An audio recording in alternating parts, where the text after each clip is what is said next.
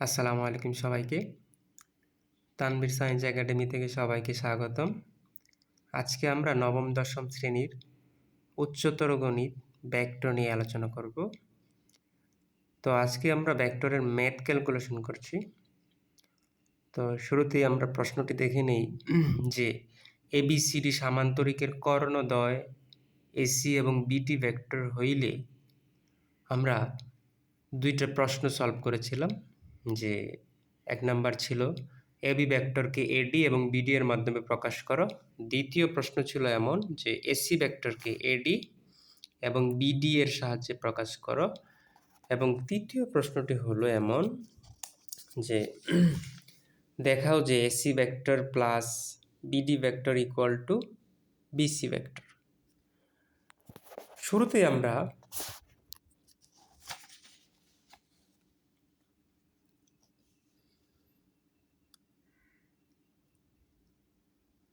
প্রশ্ন নং 1 থেকে আমরা পাইছিলাম, অর্থাৎ আমরা লিখে নিলাম 1 নং হতে পাই, অর্থাৎ 1 নাম্বার প্রশ্ন থেকে আমরা পাইছিলাম যে AB vector equal to AD vector minus BD vector. আমার প্রশ্নে চাওয়া আছে যে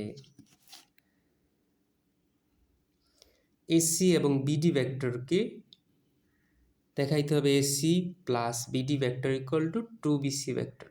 তাহলে আমি কল্পনা করলাম বা আমি ধরে নিলাম এটা মাইনাস ছিল বিডি ভেক্টর, এই পাশে আমি প্লাস করে নিলাম, কারণ আমার বলা আছে বিডি প্লাস এসি প্লাস বিডিতে রূপান্তর করতে হবে।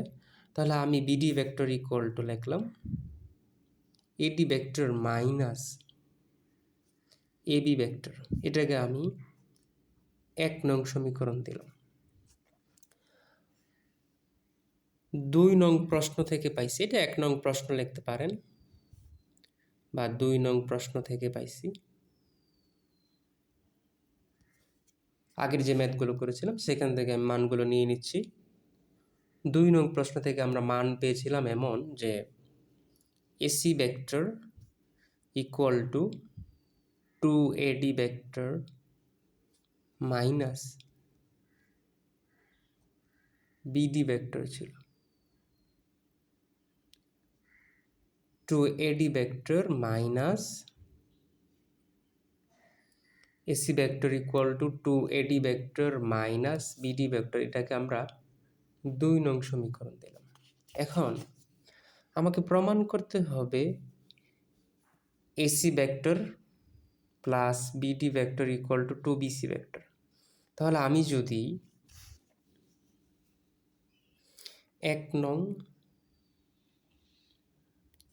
1 এবং 2 নং সমীকরণ যোগ করে পাই, 1 নং সমীকরণ ছিল আমার আমি যদি 1 এবং 2 নং সমীকরণ যোগ করে পাই BD vector plus AC vector equal to, BD ভেক্টরের মান ছিল AD vector minus AB vector plus two AD vector minus BD vector. তাহলে এখানে এডি একটা, এ পাশে আছে দুইটা, আমরা লিখে নিই 2এডি ভেক্টর 3এডি vector minus BD vector minus AB vector.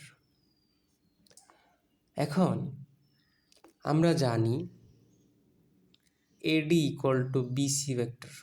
আমরা AD vector equal to BC vector, এটা সামান্তরিক বিপরীত বাহুগুলো পরস্পর সমান ও সমান্তরাল এখান থেকে পাই।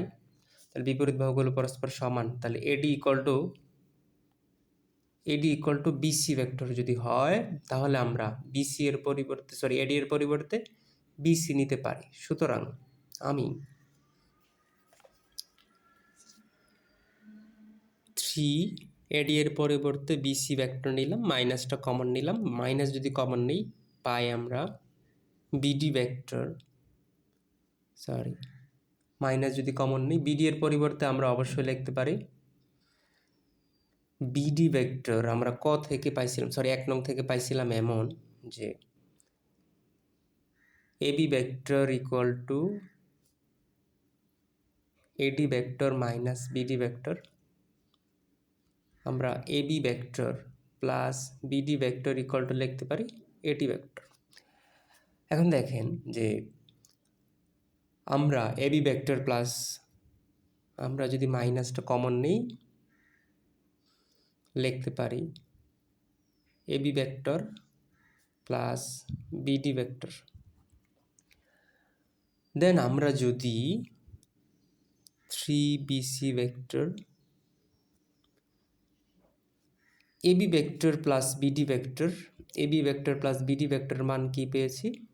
এডি ভেক্টর। তাহলে সুতরাং এবি ভেক্টর প্লাস বিডি ভেক্টরের মান, এটা মূলত আমরা পেয়েছি 1 নং প্রশ্ন থেকে পাইছিলাম যে এবি ভেক্টরকে এডি এবং বিডি এর মাধ্যমে প্রকাশ। আমরা 1 নং শুরুতে 1 নংয়ে দেখাইছিলাম যে AB vector equal to AD vector minus BD vector. আমি শুধু এখান থেকে মানটা চেঞ্জ করে নিছি এমন যে এবি ভেক্টর মাইনাস ছিল বিডি প্লাস করে দিছি, এই পাশে প্লাস এডি ছিল।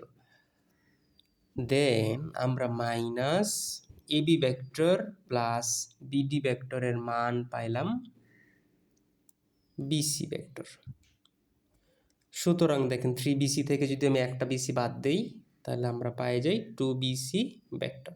এই ছিল আমার কাঙ্ক্ষিত ফলাফল। সুতরাং প্রমাণ করতে হবে যে কেমন, যে এসি ভেক্টর, আমি আগে পরে সাজাই, এসি ভেক্টর প্লাস